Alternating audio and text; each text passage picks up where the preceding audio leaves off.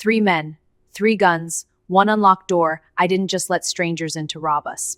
I let them in and to execute my parents, and I played the grieving survivor so well. I almost got away with murder, but there was one loose end I forgot to cut. You probably know families like mine. We looked perfect on paper. My dad, Han, and my mom, Bitch, were the ultimate immigrant success story, and I was their trophy.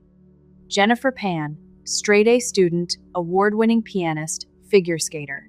I wasn't allowed to go to dances. I wasn't allowed to hang out. I was built to perform. But here's the thing about pressure. It doesn't make diamonds. It makes dust. By the time I hit high school, I was cracking. I started cutting myself. I felt like a puppet with too many strings. And then came the B, a single grade lower than an A in math. That was the end of the world. I knew if I showed that to my dad, the yelling wouldn't stop for days. So I bought a bottle of glue, some scissors, and a photocopier. I turned that B into an A. My dad smiled. He was proud. And right there, I learned a dangerous lesson. My parents didn't love times me. They loved the times idea times of me. As long as I kept the mask on, I was safe. The lies just got bigger. When I failed to graduate high school, I couldn't tell them. When I got rejected from university, I couldn't tell them. So, I invented a life. I told them I was studying pharmacology at Ryerson University. For 4 years, 4 actual years, I lived a ghost life. Every morning at 8 a.m., I'd pack my bag, say bye mom, bye dad, and drive to the public library. I'd sit there for hours, creating fake lecture notes. I filled dozens of notebooks with chemistry formulas I didn't understand, just in case my dad checked my bag. I even forged a scholarship letter so they wouldn't wonder why I wasn't asking for tuition money. I worked odd jobs as a waitress just to keep up the charade. I was living in a constant state of panic. One slip-up, one phone call to the school, and I was dead. But in that chaos, I found Daniel. He was the bad boy, the drug dealer, the guy my parents would hate.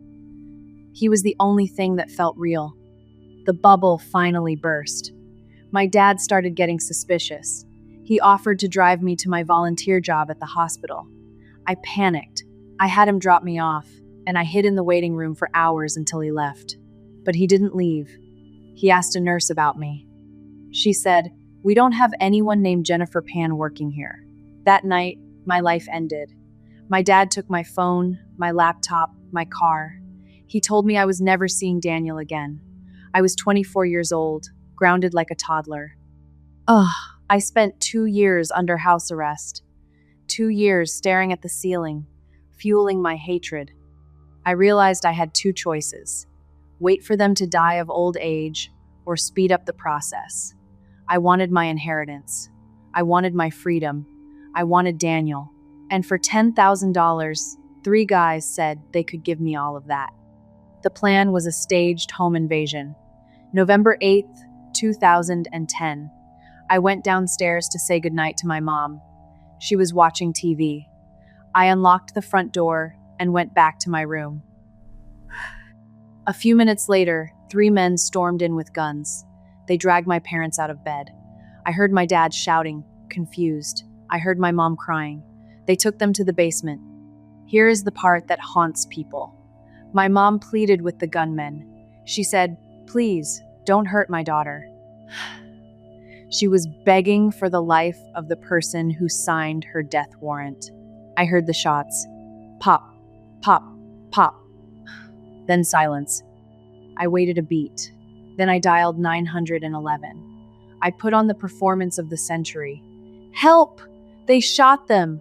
I'm tied up!" I was sobbing so hard I could barely breathe. When the police arrived, they saw a broken girl.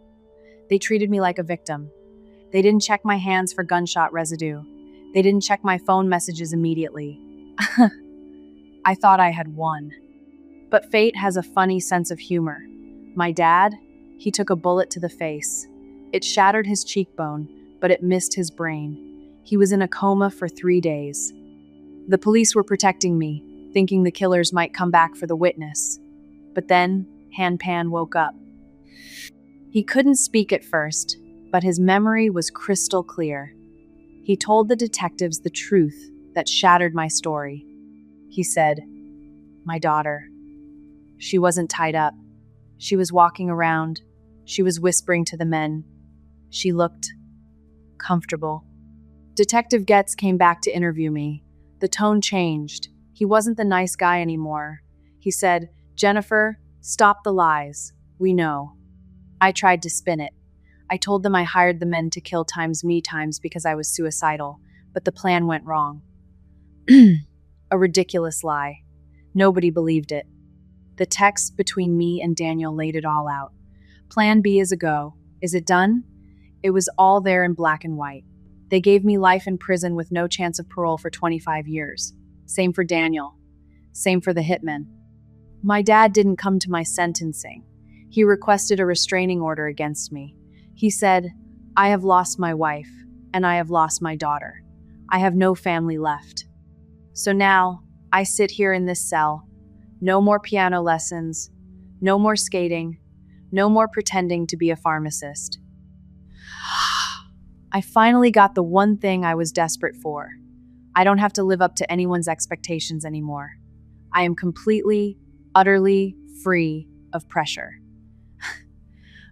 But sometimes, late at night, I wonder if I had just told them I failed math, if I had just accepted that I wasn't perfect, would we all be eating dinner together tonight?